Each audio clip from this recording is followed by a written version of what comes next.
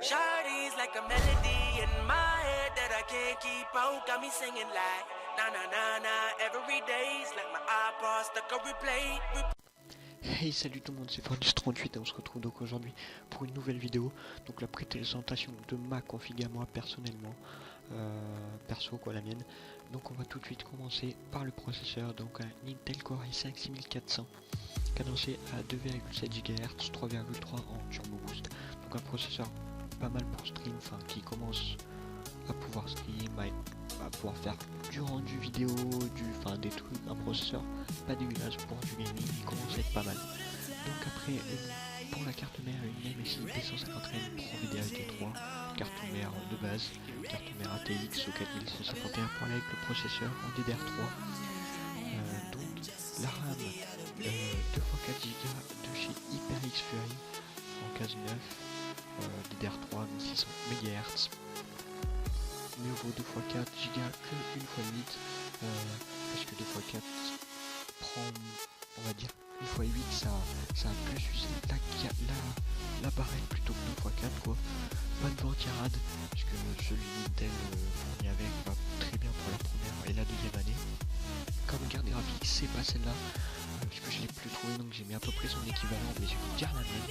Donc là celle-là c'est une Gameworld GeForce GTX 960 cadencée à 2 Go, et mieux, c'est la Gigabit GeForce GTX 960 cadencée aussi à 2 Go mais plus performante, qui va un peu plus cher aussi, plus aux alentours de 200. Donc pas de SSD, comme disque dur un Seagate Barracuda de 1 Tera de base quoi, un lecteur graveur Asus, le boîtier on fera à la fin. Donc comme alimentation, une couleur Master 450 watts, certifié 80 plus bronze, semi-modulaire, très bien pour le cam management. Donc après voilà, système d'exploitation, j'ai Windows 10 craqué et le PC c'est moi qui ai monté, ça c'est bien.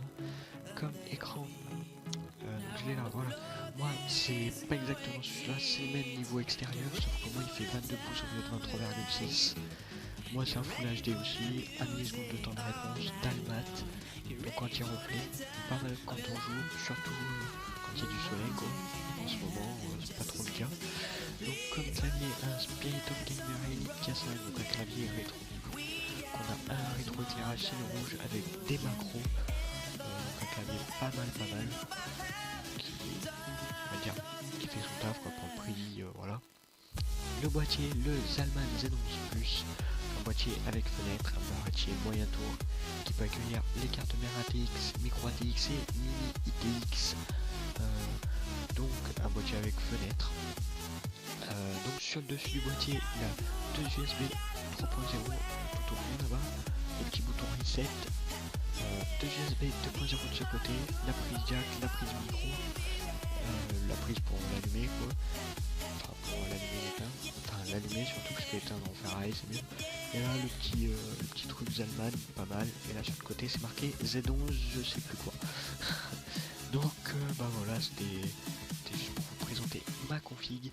Donc il y a à peu près, vu que la carte graphique c'est pas la bonne, moi il y en a à peu près pour 970 euros entre ces eaux là.